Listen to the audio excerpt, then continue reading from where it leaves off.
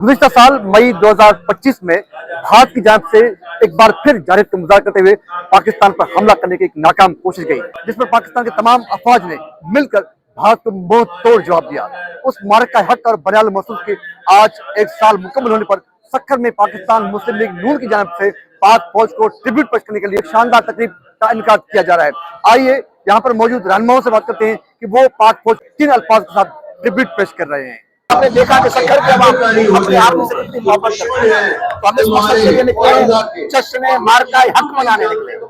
हम सलाम पेश करते हैं पाक अफवाज को, चीफ ऑफ आर्मी साहब को और हमारे वज़ीर आज़म शहबाज शरीफ साहब को और नवाज शरीफ साहब को, तो उन्होंने मुल्क को दुश्मन के लिए जो जितना मजबूत किया है,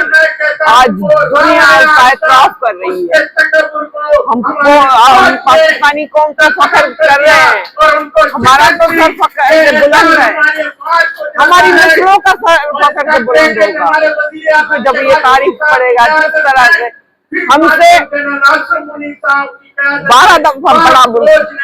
और अपने आप को पता नहीं क्या समझता था, माशी तौर पर मजबूत, उसको मुंह की खानी पड़ी। आज हम सक्खर में पाक फौज को सलाम पेश करने आए हैं,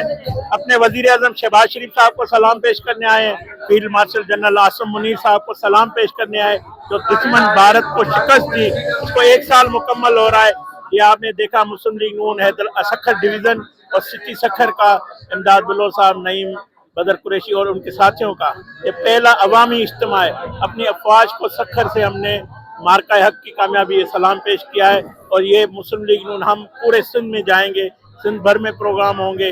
पूरी तंजीम हमारी पार्टी हर जगह